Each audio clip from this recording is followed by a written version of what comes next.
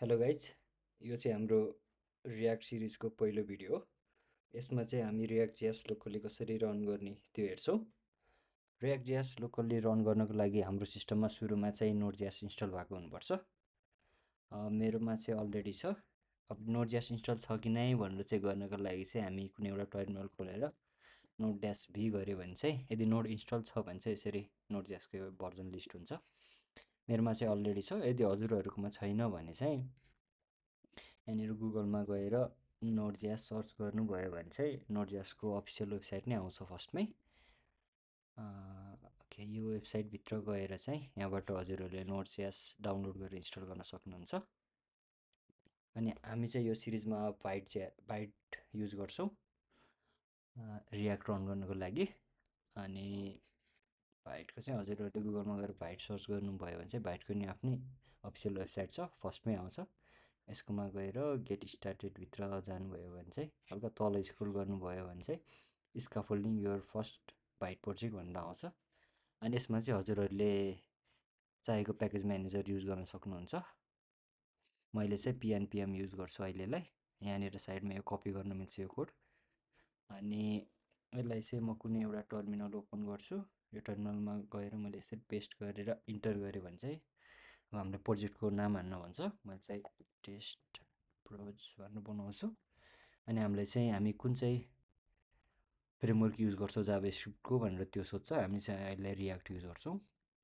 अनि त्यसपछि चाहिँ हामीलाई अब टाइप स्क्रिप्ट युज गर्ने कि जाभा स्क्रिप्ट युज गर्ने कि अनि त्यसपछि कुन चाहिँ कम्पाइलरहरू युज गर्ने त्यो अप्सनहरू आउँछ। हामी चाहिँ टाइप स्क्रिप्ट प्लस एसडब्ल्युसी गर्छौँ अहिले।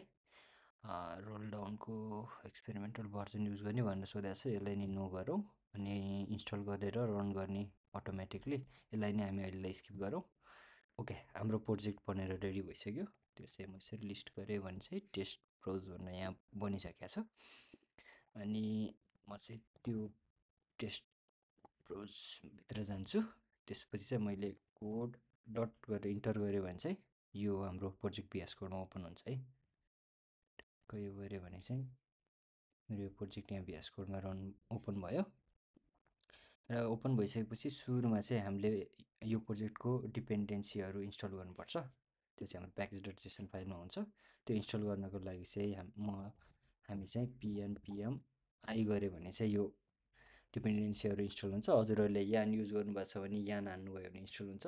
यानपिएम गर्नुभएको छ भने यानपिएम इन्स्टल रन गर्नुभयो भने चाहिँ इन्स्टल हुन्छ डिपेन्डेन्सीहरू।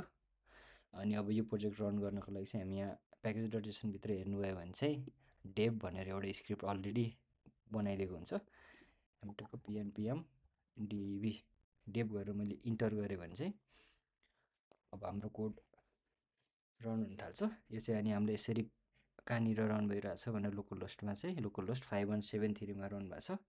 यसलाई चाहिँ हजुरहरू कन्ट्रोल क्लिक या कमान्ड क्लिक गऱ्यो भने चाहिँ यो ब्राउजरमा अटोमेटिक ओपन हुन्छ। म अहिले चाहिँ म म्यानुअली यसलाई कपी गरेर रन गर्छु। ब्राउजरमा गएँ, म यहाँ पेस्ट गरेँ, इन्टर गरेँ भने चाहिँ हाम्रो त्यहाँ भएको प्रोजेक्ट यहाँनिर रन भइसक्यो लोकल्ली। अब एकचोटि टेस्ट गरेर हेरौँ ल।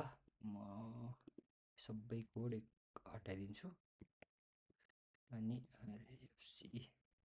टक्क इन्टर गरेँ भने चाहिँ हाम्रो एउटा टेस्ट प्रोज सेभ गरेँ मैले। अनि म यता हाम्रो वेबसाइटमा गयो भने चाहिँ अघि नैको उताको कोडहरू रिमुभ भएर हामीले त्यहाँनिर टेस्ट प्रोज लेखेको थियो त्यो यता रिफ्लेक्ट भइसकेको छ। ओके, आजलाई चाहिँ यति नै।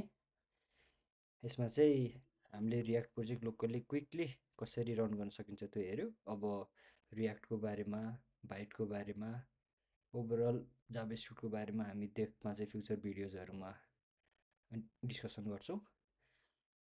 सब्सक्राइब गर्दै गर्नु होला। Thank you.